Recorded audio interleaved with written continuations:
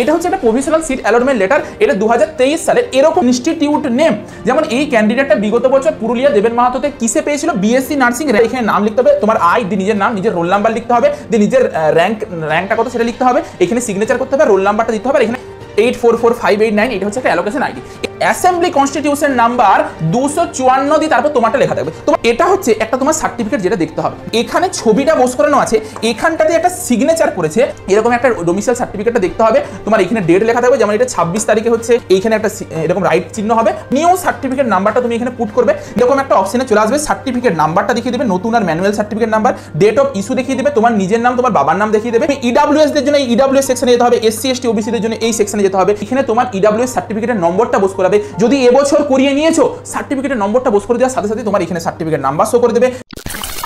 জেনপাসিজি 2024 এর কাউন্সিলিং কবে হবে আর এর আগে তোমাদেরকে কি কি ডকুমেন্টস বানাতে হবে, দেখো আমি এই নিয়ে আগেও একবার বলেছি, কিন্তু আজকের এই ভিডিওটাতে অনেক কিছু এক্সট্রা ডিটেলস তোমাদেরকে বলবো, যেগুলো তোমাদেরকে জানতে হবে। কেউ বলবে না যে এই জিনিসগুলো অ্যাকচুয়ালি ভেরিফিকেশনের দিনে যেগুলো কাজে লাগবে, যেই জন্য অনেকের সিট ক্যান্সেল হয়ে যায়, সেগুলো শুনে নাও একটু। পুরো ডিফারেন্ট একটা ভিডিও, আগে যা বলেছি এটা একটা অন্য ধরনের ভিডিও হতে চলেছে, ভালো করে মন দিয়ে দেখো। তার জন্য আমরা এই ভিডিওটা নিয়ে এসেছি, অনেক এক্সট্রা ডিটেলস আছে। সবচেয়ে প্রথম কথা হচ্ছে, আমরা আগের বছর বিগত বছর কিন্তু আমাদের পরীক্ষার যে রেজাল্ট বেরিয়েছিল সেটা বেরিয়েছিল 18/7 বেরিয়েছিল, আর কাউন্সিলিং শুরু হয়েছিল 22/8 কাউন্সিলিং শুরু হয়েছিল, মানে ঠিক এক মাস পর কাউন্সিলিং শুরু হয়েছিল। কিন্তু এবছর সেই জিনিসটা হবে না।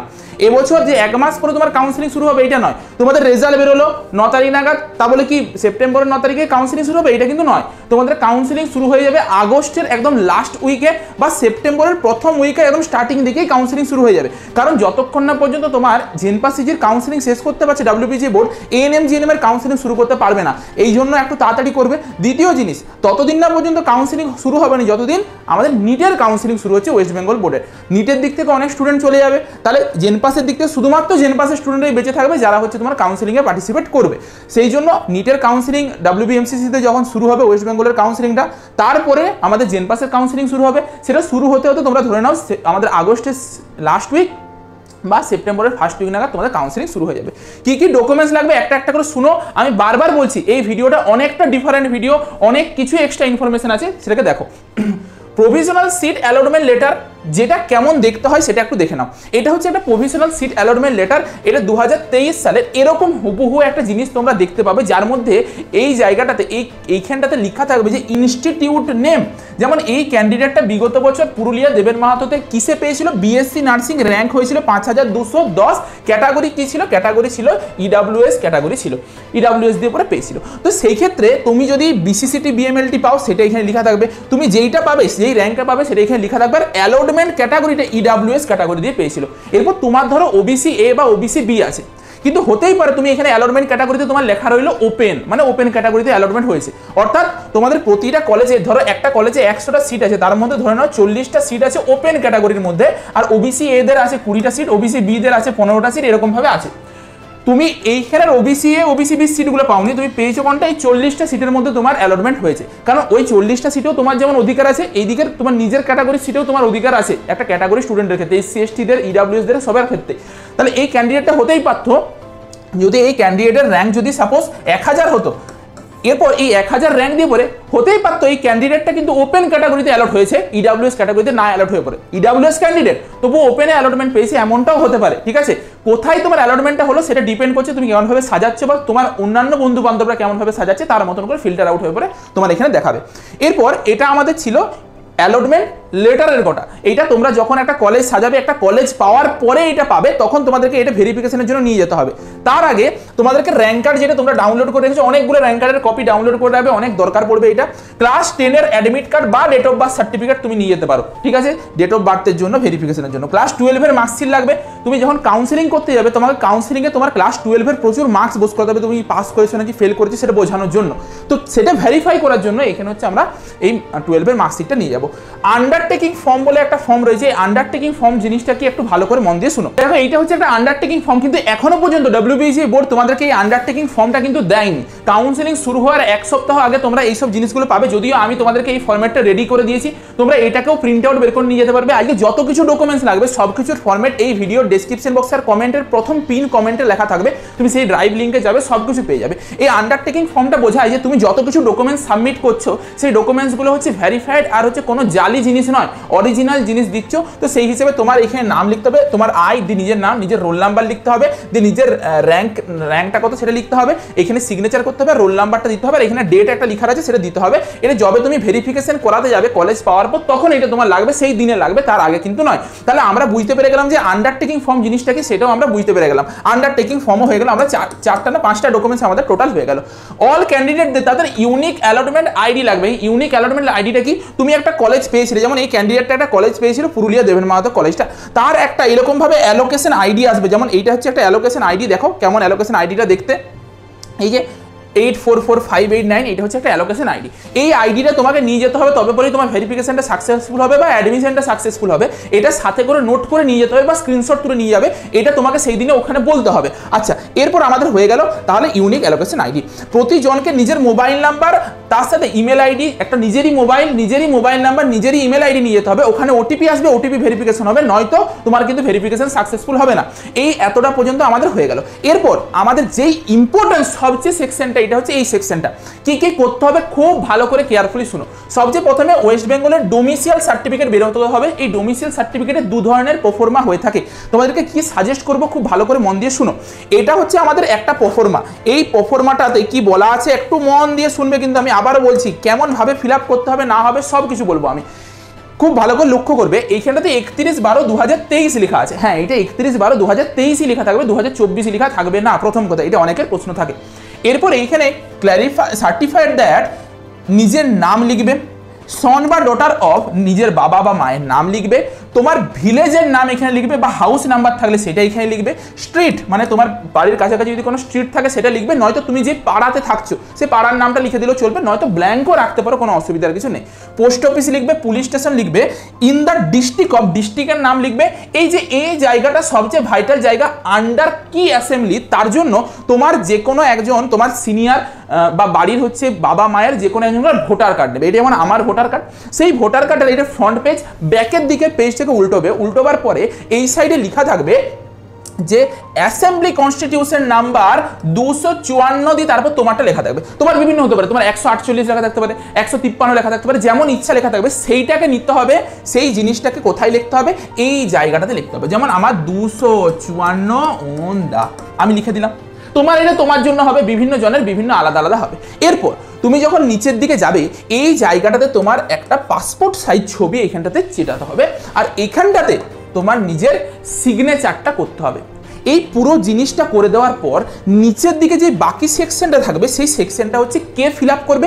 এটা যদি প্রফর্মা A1 হয়ে থাকে, A1টা তুমি বিডিও, এসডিও, কোনো উকিল মানে হাইকোর্টের জাজ, উকিল নয়, বা ডিস্ট্রিক্ট ম্যাজিস্ট্রেট, এদেরকে দিয়ে সাইন করাতে পারবে। কোনো এমএলএ, এমপি এদেরকে দিয়ে সাইন করলে চলবে না, ঠিক আছে।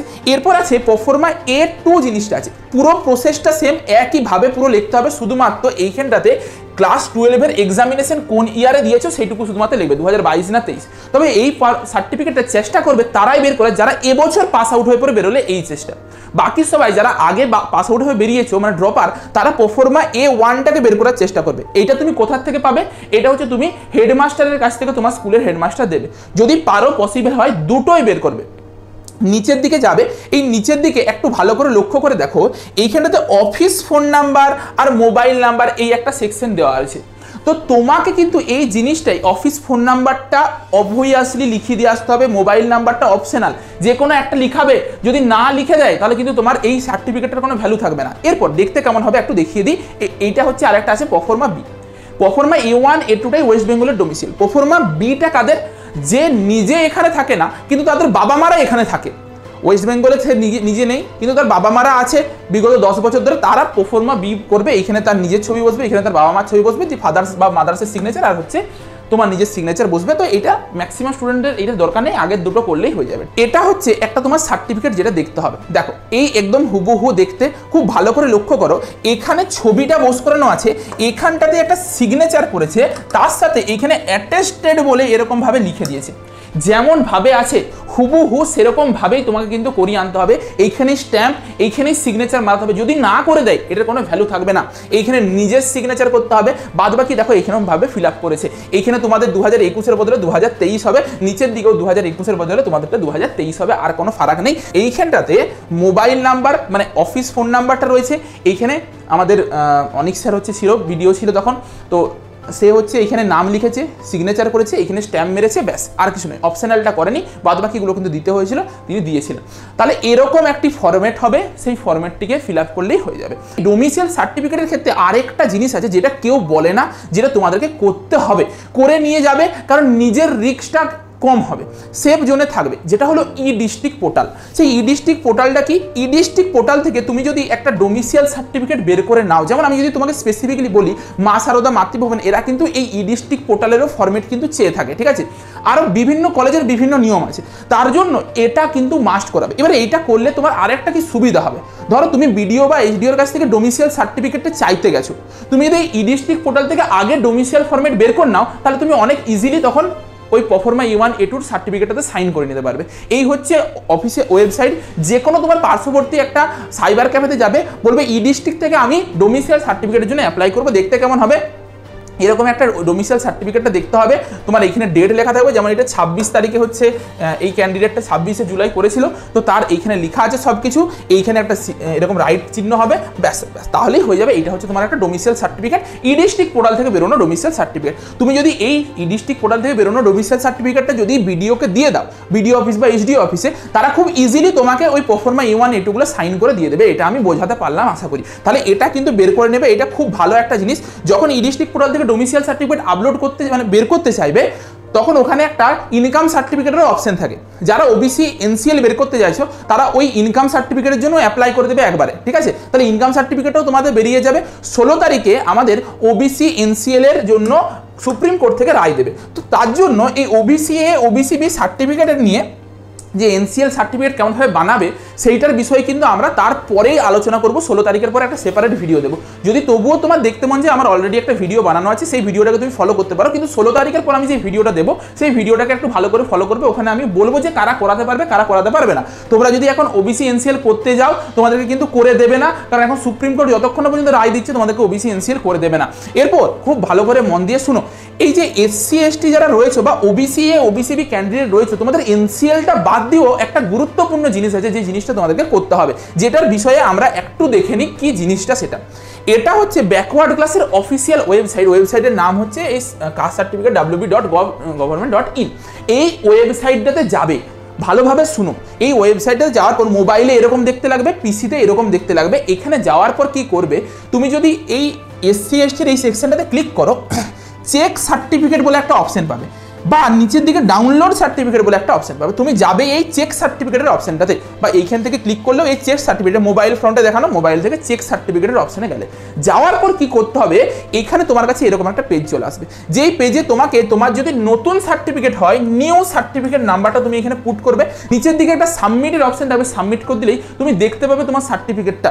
বা তুমি এইখানে ওল্ড সার্টিফিকেট থাকলে ওল্ড সার্টিফিকেটের নাম্বার বস করবে, ইস্যু ডেটটা বস করবে, অথরাইজিং মানে কোন জায়গা থেকে তুমি ইস্যু করেছো, কোন ডিস্ট্রিক্টের কোন তোমার এইচডি অফিস থেকে করেছি সেটা ওখানে বস করাতে হবে। বা তোমার নিজের নাম লিখবে, তোমার ডেট অফ ইস্যুটা লিখে দেবে, তাহলেও বেরিয়ে যাবে।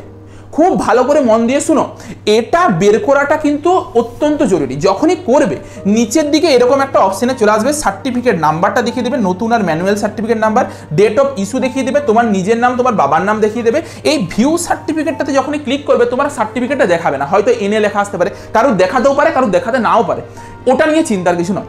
আমার মেন বক্তব্য, এটা পুট করার পর যদি এখানে সার্টিফিকেট নাম্বারটা শো করে দেয়, তার মানে তোমাকে আর ভেরিফিকেশনে কেউ আটকাতে পারবে না।